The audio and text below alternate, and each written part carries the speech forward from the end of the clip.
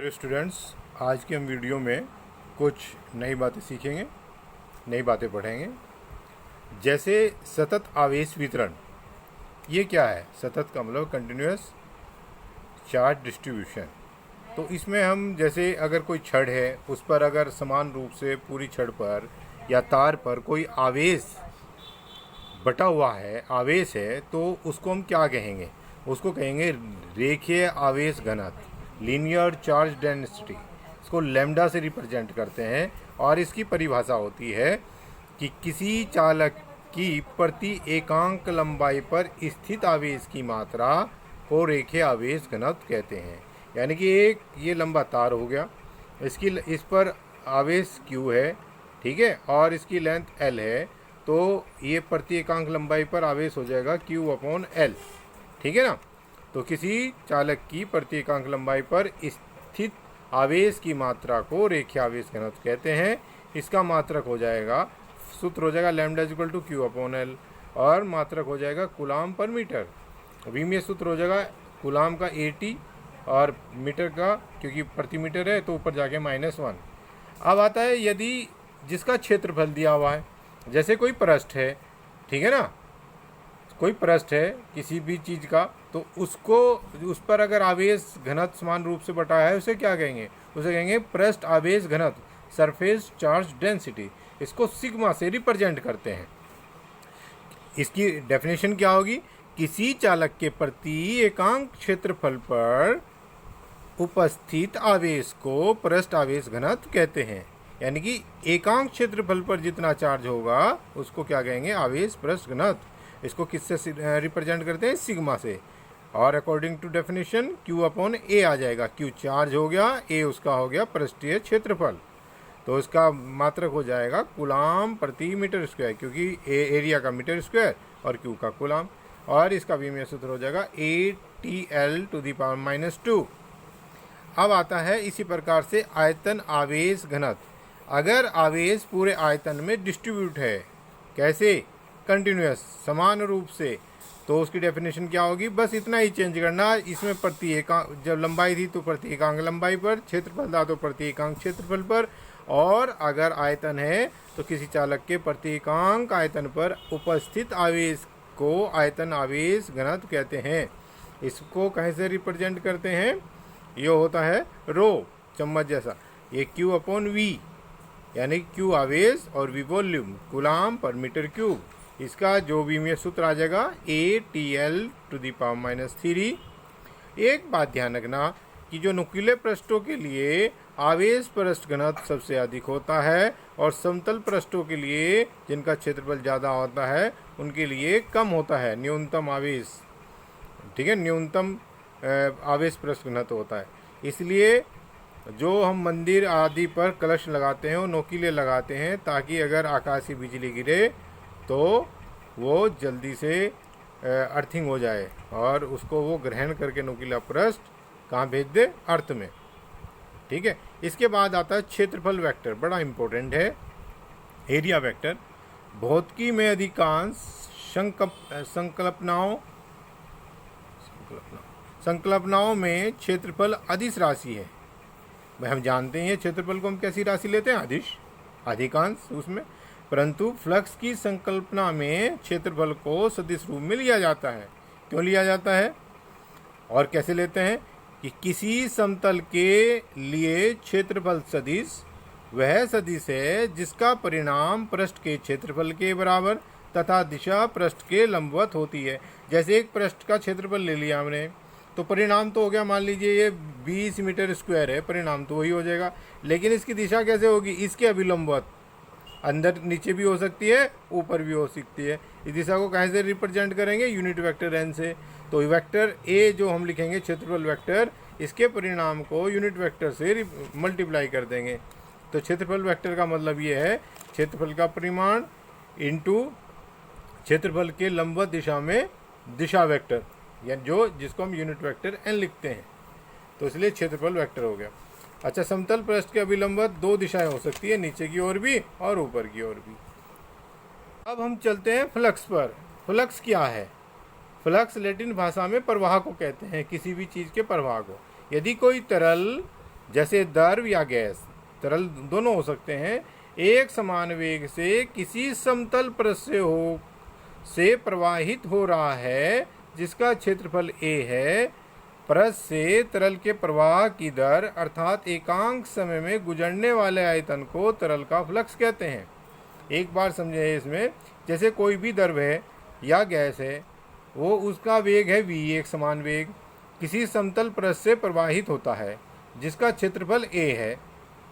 तो पृष्ठ से तरल के प्रवाह की दर अर्थात एकांक समय में यानी कि 1 सेकंड में गुजरने वाले आयतन को तरल का फ्लक्स कहते हैं। जैसे ये एक हमने क्षेत्रफल ले लिया, इसके अभिलंबत ये v वेग से बह रहा है, तो हम प्रति सेकंड आयतन कितना होगा a into V. a into V क्या हो जाएगा, इसका फ्लक्स, यानी कि एक देखो ये जो v का मतलब होता है 1 सेकंड में चली गई दूरी। अगर 1 सेकंड में चली गई दूरी को हम क्षेत्रफल से गुना कर दें तो आयतन प्रति सेकंड आ जाएगा, वही फ्लक्स कहलाएगा। अगर थीटा कोण है यानी कि ये बिल्कुल लंबवत नहीं है और उससे थीटा डिग्री के कोण पर है, तो पहले हम इसके 2 घटकों में डिसॉल्व कर लेंगे। इधर तो आ जाएगा, जिधर मैंने आपको पीछे भी बताया है कि जिधर थीटा लेते हैं उधर वी कोस लिखते हैं और उसके लंबवत क्या लिखते हैं, साइन। तो ये वाला तो हम ले लेंगे नहीं, वी साइन थीटा, क्योंकि ये तो पृष्ठ के पैरेलल हो गया। और पृष्ठ के अभिलंबवत वाला घटक लेना हमें, वो आ जाएगा वी कोस थीटा। तो उसमें फ्लक्स आ जाएगा इसका क्षेत्रफल a, और अब v की जगह कितना हो गया, वी कोस थीटा। तो फ्लक्स इसमें तो था va, इसमें आ जाएगा va कोस थीटा। अब आता है वैद्युत फ्लक्स किसे कहते हैं। भाई वैद्युत फ्लक्स क्या है, इसमें बिल्कुल अकॉर्डिंग, इसमें वैद्युत का मामला है, इसमें अन्य मामला लिया, तो इसमें करेंगे वैद्युत क्षेत्र में स्थित किसी पृष्ठ से संबद्ध बाउंडेड वैद्युत फ्लक्स, यानी कि वैद्युत क्षेत्र में स्थित किसी पृष्ठ से संबद्ध वैद्युत फ्लक्स उस पृष्ठ से होकर गुजरने वाली बल रेखाओं की माप है। इसे फाई से प्रदर्शित करते हैं। यानी कि अगर एक क्षेत्रफल ये है, इससे क्या होगा, जितनी भी बल रेखाएं गुजरेंगी लंबवत इसके, वो क्या हो जाएगी, इससे गुजरने वाला वैद्युत फ्लक्स, उनकी माप। या ऐसे भी बोल सकते हैं, एक समान वैद्युत क्षेत्र में स्थित किसी समतल पृष्ठ से गुजरने वाला वैद्युत फ्लक्स पृष्ठ के विलंबत वैद्युत क्षेत्र की तीव्रता के घटक तथा पृष्ठ के क्षेत्रफल के गुणनफल के बराबर होता है। मान लीजिए क्षेत्रफल a है और घटक इसका लंबवत e है, तो क्या हो जाएगा, e डॉट a, यानी कि EA के बराबर वैद्युत फ्लक्स हो जाएगा। और यदि ये लंबवत नहीं है, किसी एंगल थीटा पर है, तो हम इसको लिख देंगे एक समान वैद्युत क्षेत्र में स्थित, तीसरी परिभाषा, किसी समतल पृष्ठ से गुजरने वाला वैद्युत फ्लक्स वैद्युत क्षेत्र की तीव्रता E व क्षेत्रफल सदिश A के डॉट प्रोडक्ट के बराबर होता है। यह अर्थात फाई E जो आ जाएगा E डॉट A आ जाएगा। क्यों लिया कि देखिए ये क्षेत्रफल, ये E लंबवत ना जाकर एक थीटा कोण पर जाता है अभिलंबवत से, और जो हमें घटक लेना है वो ऊपर का अभिलंबवत घटक लेना है E कोस थीटा, और ये E साइन थीटा तो हम छोड़ देंगे, इधर से एंगल बनता है उधर E कोस थीटा। तो हम इसको लिखेंगे 2 वेक्टर्स के बीच में क्षेत्रफल और वैद्युत क्षेत्र के बीच में एंगल कितना है, थीटा है, तो इसलिए ये लग जाता है डॉट प्रोडक्ट। आगे पढ़ेंगे, हम 11वीं में पढ़ चुके हैं। तो phi E is equal to आता है ई डॉट ए। जब इसको खोलेंगे तो देखिए ई ए कोस थीटा, ए तो हो गया इसका क्षेत्र, वो परिमाण क्षेत्रफल का, और ई कोस थीटा हो गया लंबवत अभिघटक। तो इसका जो यूनिट हो जाती है न्यूटन मीटर स्क्वायर प्रति कूलम या वोल्ट मीटर। इसका जो विमेय सूत्र आ जाएगा mL3T-3 A-1, क्योंकि न्यूटन का mL_T-2, मीटर स्क्वायर का L स्क्वायर और कूलम का AT। बस इनको इकट्ठा कर देंगे और इसका ये विमेय सूत्र आ जाएगा। अब नोट कुछ, ये मैं आपको नोट लिख रहा हूँ उसमें, यह एक सदिश राशि है, अदिश राशि है। कौन, वैद्युत फ्लक्स। यह एक अदिश राशि है, अतः किसी पृष्ठ के भिन्न भागों से गुजरने वाला फ्लक्स क्रम से भिन्न भागों से गुजरने वाला फ्लक्स क्रम से φ1 φ2 φ3 डैश हो, तो पृष्ठ से गुजरने वाला संपूर्ण फ्लक्स इनके बीजगणितीय योग के बराबर होता है। इस पे याद रखना, बीजगणितीय कभी सिंपल जोड़ दो, यानी कि इनकी डायरेक्शन के साथ ये जुड़ेंगे। नंबर 2, किसी पृष्ठ से संबद्ध वैद्युत फ्लक्स का मान नेगेटिव, पॉजिटिव और 0 हो सकता है, अथवा वैद्युत फ्लक्स वैद्युत क्षेत्र में स्थित किसी पृष्ठ से संबद्ध वैद्युत फ्लक्स का मान उस पृष्ठ पर वैद्युत फ्लक्स के पृष्ठ समाकलन के बराबर होता है। ये एक्स्ट्रा एक और परिभाषा आ गई, यानी कि फाई ई होल इंटीग्रेशन किसका, ये जो है एरिया का whole integration E dot D A. हमने पहले छोटा सा एरिया ले लिया, इसमें ये इसके अभिलंबवत ई है और क्षेत्रफल वेक्टर इस क्षेत्रफल के अभिलंबवत है, इनके बीच में एंगल है थीटा। तो इससे छोटा सा जो वैद्युत फ्लक्स निकलेगा डी फाई ई, वो आ जाएगा ई डॉट डी ए। लेकिन संपूर्ण करेंगे तो इधर भी इंटीग्रेशन और इधर भी इंटीग्रेशन, इधर तो हो जाएगा फाई ई और इधर हो जाएगा whole integration E dot D A या E D A cos theta.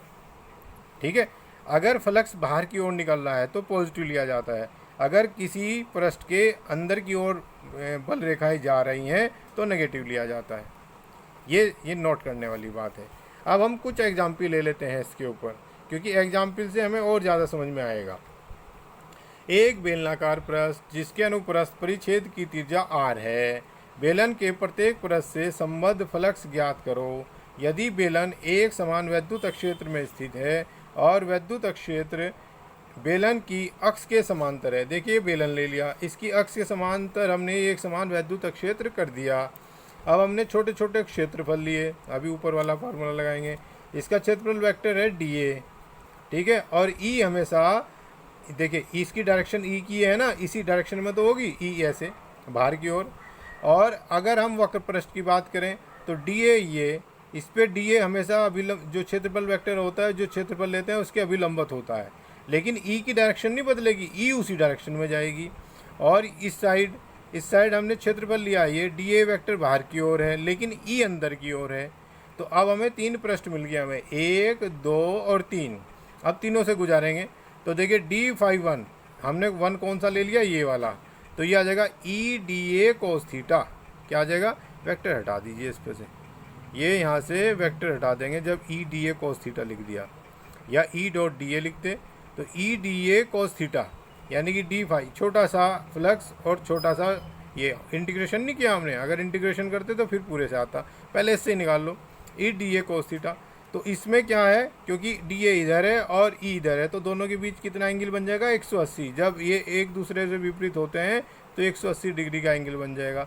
तो यहाँ हो जाएगा D phi 1 E D A cos 180, यानी कि कॉस 180 का मान -1, तो ये आ जाएगा minus E D A cos 180 का मतलब माइनस, और फाई 1 इसका होल इंटीग्रेशन डी ए तो छोटा सा एरिया था, ये अगर एरिया पूरा माना जाए तो इसको ए लिख लेंगे। तो इस पूरे का आ जाएगा इंटीग्रेशन करने के पश्चात डी जो ये है ना, तो इसका आ जाएगा ई ए, डी ए का होल इंटीग्रेशन आ जाएगा ए, ठीक है ना, ये लिख रखा मैंने, whole integration of D A is equal to A. अब आता है फाई 2 हो गया भैया ये वाला, इसमें दोनों एक ही दिशा में है, यानी कि इनके बीच एंगल कितना है, 0, ठीक है। तो यहाँ पे क्या आ जाएगा, ये होल इंटीग्रेशन करेंगे ई डी ए का, यानी कि ई डी ए कॉस 0 का 1 हो जाएगा, और होल इंटीग्रेशन करेंगे डी ए का ए हो जाएगा। तो कितना हो गया है, ऐसे लिख लेते हैं इसको, मान लीजिए phi 2 is equal to E whole integration E D A cos 0, तो 0 का तो 1 हो गया, तो बचा whole integration E D A, तो होल इंटीग्रेशन डी ए का हो जाएगा ए, तो हो जाएगा ई ए। तो फाई 2 कितना हो गया, ई ए, ठीक है। अब आता है ये वाला, तो देखिए इसमें डी ए और ई के बीच 90 डिग्री का कोण है, तो फाई 3 हो जाएगा 0। अब जैसे फाई 3 क्या आ जाएगा, whole integration E D A cos theta, ये इस पे से एरो का निशान हटाएंगे, तो यहाँ पे थीटा कितना है, 90, तो 90 हो जाता है 0, इसलिए फाई 3 हो गया 0। तो टोटल जो आपका फ्लक्स है वो कितना हो जाएगा, phi 1 plus phi 2 plus phi 3, बीजगणितीय योग। तो फाई 1 कितना था, माइनस ई ए, फाई 2 कितना था, प्लस ई ए, फाई 3 कितना है, 0, तो संपूर्ण कितना हो जाएगा, 0। अब चलते हैं थर्ड न्यूमेरिकल, यानी कि एग्जाम्पल। एक घनाकार पृष्ठ जिसकी भुजा की लंबाई l है, याद रखना घनाकार पृष्ठ की भुजा की लंबाई कितनी है, एक भुजा की लंबाई l, सारी भुजाएं बराबर होंगी। एक समान वैद्युत क्षेत्र ई में स्थित है, घन के 2 फलक वैद्युत क्षेत्र के लंबवत है, यानी कि इधर से देखिए ये 6 फलक होते हैं, 6 में से 2 तो उसके लंबवत हो गए, इधर से ऐसे निकल रहा है पेंसिल के अकॉर्डिंग, ठीक है ना। तो इधर से फलक यानी कि वैद्युत बल लेकर घुस रही हैं और इधर से निकल रही हैं। ठीक है ना जी। तो ये दो फ्लक्स और के लंबवत नहीं है, इसके इसमें को निकल रहा है तो इनके लंबवत है। ठीक है। घन के प्रत्येक फ्लक्स से संबंध फ्लक्स तथा घनाकार पृष्ठ से संबंध कुल फ्लक्स ज्ञात कीजिए। तो हम यहाँ पे लेंगे घन के कितने फेस होते हैं, यानी कि फलक 6 फेस होते हैं, फलक बोलते हैं। प्रत्येक फलक एक समतल पृष्ठ है जिसका पृष्ठीय क्षेत्रफल A बराबर भुजा का वर्ग, जहाँ L भुजा घन की भुजा है। तो फेस देखिए हमने नाम लिख रखा ओ बी सी डी और ये FGHI, ये जो है दो फेस जो हैं वो लंबवत हैं किसके, वैद्युत क्षेत्र के। अब हम φ1 निकालेंगे। φ1 हमने इस फेस को हमने φ1 ले लिया। ठीक है। तो φ1 निकालेंगे होल इंटीग्रेशन EDA। ठीक है, यानी कि होल इंटीग्रेशन एरो हट जाएगा, EDA cos थीटा आ जाएगा। देखिए अब इसमें क्या है, अब क्षेत्रफल, इसमें जो छोटा सा क्षेत्रफल लेंगे, ये क्षेत्रफल वेक्टर बाहर की ओर जैसे पीछे किया था, हमेशा हम बाहर की ओर लेते हैं जहाँ पर भी क्षेत्रफल लेंगे, और ई अंदर की ओर, तो इनके बीच में एंगल कितना हो गया 180। तो यहाँ पर रख देंगे 180। तो 180 जब हटाएंगे तो माइनस हो जाएगा बाहर, और ई एज इट इज, और डी का होल इंटीग्रेशन, ये डी ए का क्या हो जाएगा L स्क्वायर, इसकी जगह रख देंगे L स्क्वायर, क्योंकि ए बराबर है L स्क्वायर। इसको हम ऐसे भी लिख सकते हैं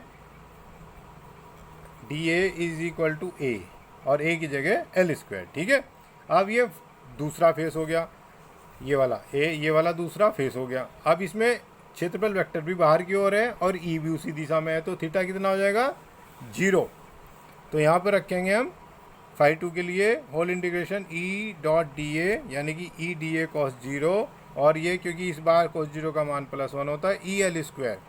अब φ3 इज इक्वल टू φ4, नीचे का φ3 है, ठीक है, ऊपर का φ4, ये दो, और ये भी इधर भी लंबवत उधर भी लंबवत, ये जो 4 फेस बचे हैं चारों ये बराबर हो जाएंगे, और इनमें क्या लिखेंगे whole integration E D A, यानी कि ई तो एज इट इज और डी ए का हो जाएगा L स्क्वायर, और इनमें देखिए फेस ये जो क्षेत्रफल वेक्टर है ऊपर की ओर और ई है वो इस साइड, यानी कि इनमें प्रत्येक में जो डी ए और ई के बीच का एंगल हो जाएगा वो 90 डिग्री हो जाएगा, इसलिए सब 0 हो जाएंगे।